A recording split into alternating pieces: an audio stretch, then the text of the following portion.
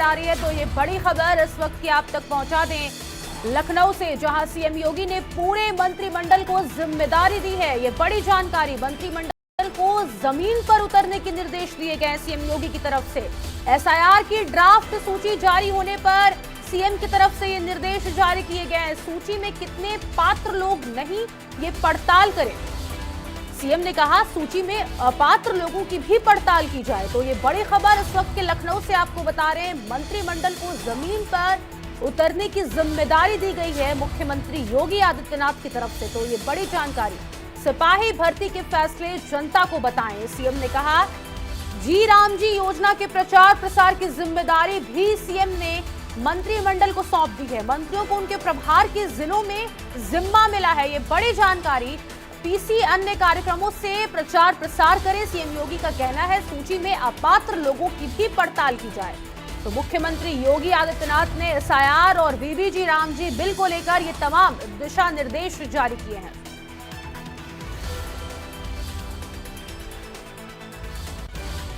और ज्यादा जानकारी के साथ चैनल हेड अजीत प्रताप सिंह हमारे साथ फोन लाइन पे जुड़ गए हैं। अजीत जी, यहाँ पर सीएम योगी फुल एक्शन मोड में नजर आ रहे हैं, क्योंकि जिस तरीके से एसआईआर की जो ड्राफ्ट वोटर लिस्ट यूपी में जारी की गई, उसके बाद विपक्ष हमलावर था, खास करके सपा की बात कर ली जाए तो।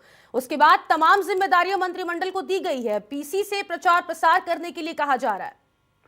देखिए, बिल्कुल सदम, मुख्यमंत्री योगी आदित्यनाथ ने कल ही अपनी कैबिनेट की बैठक की थी और उसके बाद मंत्रिपरिषद की बैठक की थी, जिसमें उत्तर प्रदेश सरकार के सभी मंत्री हो, चाहे राज्य मंत्री हो, चाहे स्वतंत्र प्रभार मंत्री हो या फिर कैबिनेट मंत्री, सबको इस बात की जिम्मेदारी दी गई है कि वो जिन जिन जिलों में के प्रभारी मंत्री हैं, जहां उनके प्रभार वाले जिले हैं या फिर वो नोडल हैं, वहां पर जमीनी स्तर पर उतरे और जो एसआईआर की ड्राफ्ट सूची है वो जारी होने का निर्देश करें। सूची में कितने लोग पात्र हैं उसकी पड़ताल की जाए कि क्या जो लोग हैं उनके वोट बने हैं कि नहीं बने हैं, अगर कटे हैं वोट तो सही कटे हैं कि गलत कटे हैं।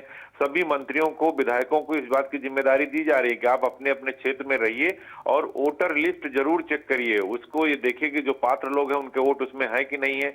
जो कल निर्वाचन आयोग की तरफ से सूची 75 जिलों की जारी की गई थी कि जो उत्तर प्रदेश में जो वोट कटे हैं, तो उसको लेकर भी मुख्यमंत्री ने कहा है कि आप जाइए और इसके साथ ही साथ जो योगी सरकार काम कर रही है, जैसे पुलिस भर्ती है, तो उसको जनता के बीच में जाके बताएं। जब 3 साल की जो आयु सीमा है उसको अभी 2 दिन पहले ही योगी आदित्यनाथ ने छूट दी है अभ्यर्थियों की, जिनकी उम्र सीमा पार हो चुकी थी उनको भी 3 साल की छूट दी गई, यानी वो पुलिस भर्ती में हिस्सा ले सकेंगे। और एक बहुत बड़ा फैसला था, तो उसके बारे में जानकारी दी जाए। जो मनरेगा का नाम बदला गया, जी राम जी योजना के बारे में उसका प्रचार प्रसार किया जाए। कल खुद मुख्यमंत्री योगी आदित्यनाथ ने बाकायदा प्रेस कॉन्फ्रेंस करके विपक्ष को आने लिया था। कहा था पहले ये गड्ढा खोदते थे और पाटते थे, उसके बाद उसका पैसा रिलीज करते थे। अब गांव का विकास होगा, गांव में मार्केट बनेगी, मॉल बनेगा, तो गांव रूरल डेवलपमेंट पर पूरा फोकस है। तो मंत्रियों को सीधे तौर पर मुख्यमंत्री की तरफ से कहा गया कि जहां जहां जो प्रभारी हैं, जहां जहां का उनको जिम्मा मिला, वहां पर जाएं और पीसी करें, प्रेस कॉन्फ्रेंस करें और जनता के बीच योजनाओं का प्रचार प्रसार करें। क्योंकि जब तक प्रचार प्रसार नहीं होगा जनता के पास योजनाएं पहुंचेंगी नहीं। और जिस तरह से कल निर्वाचन आयोग ने सूची जारी की है, उसको लेकर विपक्ष भी हाय तबाह मचाया कि बहुत ज्यादा वोट कट गए हैं। जो है 75 जिलों में कहां कितने वोट कटे हैं, कल इसकी सूची बाकायदा जारी की गई थी।